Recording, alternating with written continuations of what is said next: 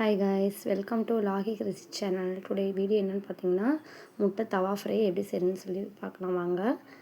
இப்போ வந்து நம்ம 10 முட்டை வந்து அவிச்சு பாயில் பண்ணி எடுத்துக்க போகிறோம். 10 முட்டைக்கு தேவையான தண்ணி தான் எடுத்து ஊற்றிட்டுருக்கேன். குக்கரில் தான் நான் வச்சு செய்கிறேன். ஒரு 3 விசில் போட்டு வச்சோம்னாவே போதும், வெந்துடும் நல்லா உங்களுக்கு. அதுக்கு தேவையான தண்ணி ஊற்றி அதுக்கு தேவையான அளவுக்கு கொஞ்சம் உப்பு போட்டுக்கலாம். உப்பு போட்டு வேக வச்சுக்கலாம். நான் வந்து சிம்மில் தான் வைப்பேன். பக்கத்து அடுப்பில் சிம்மில் வச்சுக்கலாம். நீங்களும் சிம்மில் வச்சு செய்யுங்க. கரெக்டாக 3 விசில் விடுங்க.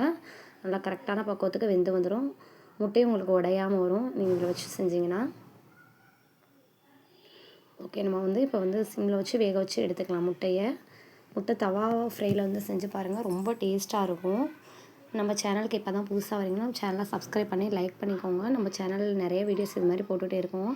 இப்போ வந்து முட்டை தவா ஃப்ரைக்கு வந்து என்னென்ன தேவை, மசாலா தேவை அப்படிங்கிறத வந்து உங்களுக்கு எடுத்து வரேன். சிம்பிளாக செய்கிறது தான், இதுவே ரொம்ப ஈஸியாக இருக்கும். இஞ்சி பூண்டு பேஸ்ட்டு வந்து 2 ஸ்பூன் அளவுக்கு அரைச்சி எடுத்து வச்சுருக்கேன், அது போட்டுக்கிட்டேன். உப்பு தேவையான அளவுக்கு 10 முட்டைக்கு தேவையான அளவுக்கு எடுத்து போட்டிருக்கேன். அதுக்கப்புறம் கொஞ்சம் மஞ்சத்தூள். நாங்கள் வந்து காரம்லாம் கொஞ்சம் கம்மியாக தான் சாப்பிடுவோம். அதனால் வந்து அதுக்கப்புறம் பார்த்திங்கன்னா பெப்பர் வந்து 2 கரண்டி பெப்பரும் கொஞ்சம் ஜீரகத்தூளும் போட்டிருக்கேன். அது 2 டீஸ்பூன் போட்டிருக்கேன். உங்களுக்கு தேவையான அளவுக்கு நீங்கள் காரம் எந்த அளவுக்கு சாப்பிடுவீங்களோ அந்தளவுக்கு பெப்பர் கூட போட்டுக்கோங்க.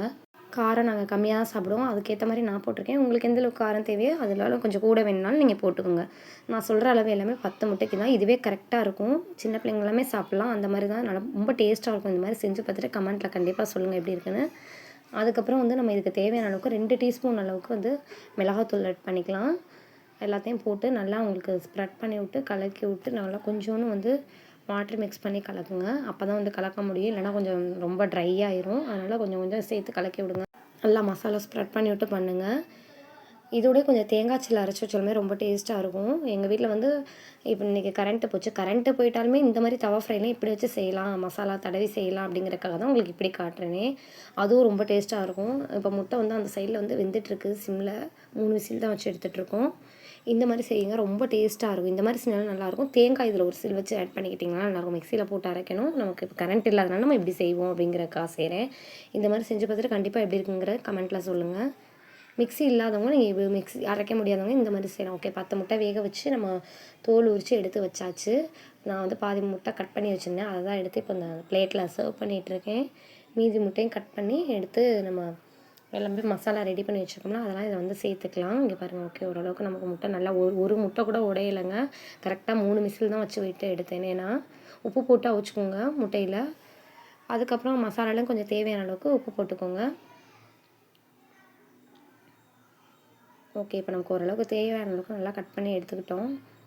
இந்த மாதிரி செஞ்சு பாருங்கள். தவா ஃப்ரை ரொம்ப நல்லாயிருக்கும். இதெல்லாம் வந்து பார்த்திங்கன்னா சாம்பார் சாதம், புளி சாதம், கருவாட்டு குழம்பு அந்த மாதிரி இதுக்கெலாம் ரொம்ப காரசாரமாக சுருக்குன்னு இருக்கும். செம்மையாக இருக்கும், டேஸ்ட்டாக இருக்கும். இந்த மாதிரி முட்டை செஞ்சு பாருங்கள். தவா ஃப்ரையில் முட்டை கிரேவியுமே உங்களுக்கு ஒரு நாளைக்கு நான் செஞ்சு காட்டுறேன். ஒவ்வொரு வீடியோஸும் நம்ம சேனலில் நிறையா போட்டுகிட்டே வரும். லைவ் போட்டிருக்கோம், நிறையா பாருங்கள். லைவ்லையுமே நம்ம சமையல் தான் போட்டுகிட்டே இருக்கோம். நம்மளோட வீடியோ சப்ஸ்கிரைப் பண்ணி வச்சுக்கோங்க. ஓகே, இங்கே பாருங்கள். இப்போ கட் பண்ணி ஃபுல்லாக எடுத்தாச்சு. நம்ம வந்து அரைச்சி வச்ச மசாலா வந்து இதில் தடவி எடுத்துக்கலாம். ஓகே, இப்போ வந்து நம்ம தடவிட்டுருக்கோம் மசாலாவை. கொஞ்சம் எப்போவுமே தண்ணி ஊற்றி மசாலா இது பண்ணிக்கோங்க, இல்லைனா ரொம்ப ட்ரையாகவே இருக்கும். ஓகே ஓகே எல்லா முட்டையும் வந்து நம்ம வந்து இப்போ மசாலா தடவி எடுத்து வச்சுக்கலாம். எடுத்துகிட்டு தவா சூடு பண்ணி எண்ணெய் ஊற்றி நம்ம அதை ஃப்ரை பண்ணிக்கலாம். ஓகே, ஓரளவுக்கு நல்லா மசாலா தடவி வச்சு ஒரு 1/2 ஹவர் இல்லை 15 மினிட்ஸ் ஊற வைங்க. இந்த மாதிரி ஊற வச்சிங்கன்னா கொஞ்சம் நல்லா மசாலா வந்து அதில் முட்டையில் நல்லா இறங்கிரும். நான் வந்து 15 மினிட்ஸ் ஊற வச்சு தான் எடுத்து உங்களுக்கு பண்ணுறேன். நீங்களும் 15 மினிட்ஸ் எடுத்து ஊற வச்சு பண்ணுங்கள். ரொம்ப டேஸ்ட்டாக இருக்கும். இந்த மாதிரி செஞ்சு கொடுத்து பார்த்துட்டு எப்படி இருக்குன்னு கண்டிப்பாக எனக்கு கமெண்ட்டில் சொல்லுங்கள். ஓகே, நம்ம இப்போ எல்லாத்துக்குமே மசாலா தடவியாச்சு. வாங்க இப்போ வந்து நம்ம ஃப்ரை பண்ணிடலாம். தவாவை காய வச்சு இதுக்கு தேவையானக்கு நான் வந்து ஒரு 10-20 முட்டை பீஸ் இருக்குது. 10 தான் எடுத்து போட்டு பொரித்து எடுக்க போகிறேன். அதுக்கு தேவையான அளவுக்கு நான் எண்ணெய் ஊற்றிக்கிட்டேன். எண்ணெய் நல்லா காஞ்சிருச்சு. இதில் வந்து பூண்டு சேர்த்துருக்கனால டப்புன்னு வெடிக்கும். அதனால் கொஞ்சம் வந்து சிம்லேயே வச்சு செய்யுங்க. ரொம்ப கருகிடும். டக்குன்னு ஆனில் வச்சிங்கனாலும் நான் சிம்மில் தான் வச்சுருக்கேன். ஓரளவுக்கு ரொம்பவும் கருகாமல் நீங்கள் கருகுன்னு நினச்சி எடுத்துடாதீங்க அவசரப்பட்டு. உள்ளே வேகாது. அதனால் பார்த்திங்கன்னா ஓரளவுக்கு கொஞ்சம் நல்லா வெந்ததுக்கப்புறம் சிம்மில் வச்சு எடுங்க. இதை வச்சு போடும்போது கொஞ்சம் பார்த்து தள்ளி போடுங்க.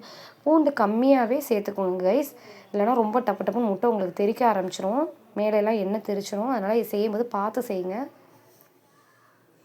ஓகே, இப்போ நம்ம எல்லாமே ஆயில் ஊற்றி இந்த இதெல்லாம் வந்து வேக வைக்கிறோம். மசாலா நல்லா வெந்து வரட்டும். நல்லா ஃப்ரை ஆனதுக்கப்புறம் நம்ம வந்து திருப்பி விட்டுக்கலாம்.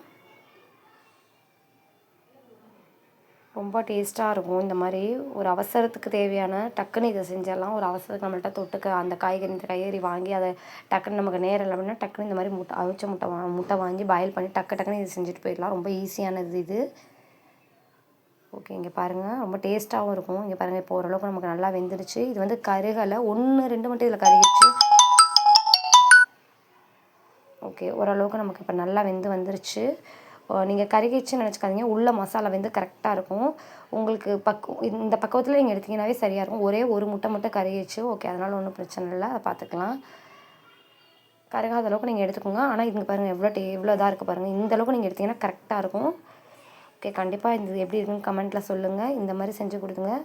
ஓகே கைஸ், இந்த வீடியோ பிடிச்சிருந்தா லைக் பண்ணி ஷேர் பண்ணி சப்ஸ்கிரைப் பண்ணுங்கள். இது மாதிரி நம்ம வீடியோஸ் நிறைய பாருங்கள். நிறைய வீடியோஸ் போட்டுகிட்டே வரும். நம்ம வீடியோ பிடிச்சிருந்தா லைக் பண்ணிக்கோங்க, ஷேர் பண்ணிக்கோங்க, சப்ஸ்கிரைப் பண்ணி வச்சுக்கோங்க. நம்ம இப்போ தான் கைஸ் வீடியோஸ் போட்டுட்ருக்கோம். நம்ம கண்டிப்பாக சப்போர்ட் பண்ணுங்கள். ஓகே, ஓரளவுக்கு இப்போ வந்துருச்சு. நம்ம வந்து இறக்கிக்கலாம். ஸ்டவ் ஆஃப் பண்ணிக்கலாம்.